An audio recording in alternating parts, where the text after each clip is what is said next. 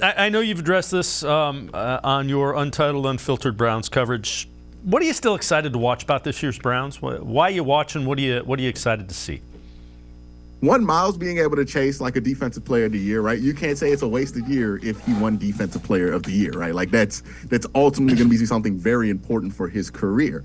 Also, you get to watch like maybe Perrion Winfrey develops, right? You want to see which young guys are going to show signs here at the end of the season so you can know what you have going forward. And then obviously Deshaun Watson, right? Like, I have been looking at this ever since they did not win that game in Miami to get to at least 5 or 6 wins, which has been my thing the whole time. I have been looking at this like, okay, you drafted a quarterback in the first round, and now he's finally going to play.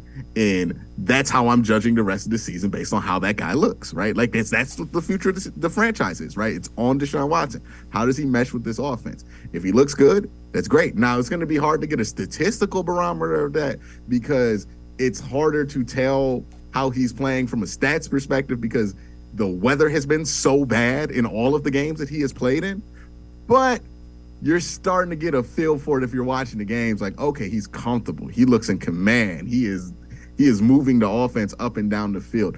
These are the things that you want to see. And honestly, it's very important how he performs in this kind of weather because this isn't something that's avoidable, not just in Cleveland. I think we focus on just Cleveland too much when we talk about this, but the whole division is cold, Dave. You know what I mean? Yeah. Like, it's cold in Pittsburgh. It's cold in Cincinnati. It's very cold in Baltimore, right?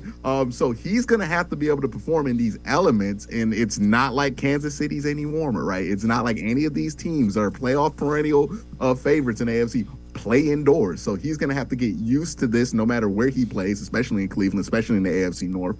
And you want to see how he can perform in this environment and if this is something that he can get used to because, the Aaron Rodgers famously is a guy who does not play that well in cold weather, even though he's been the quarterback for Green Bay.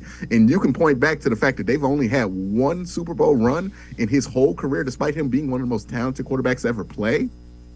Kind of important how these guys perform in these cold weather situations, especially when you're in the situation that the Browns are.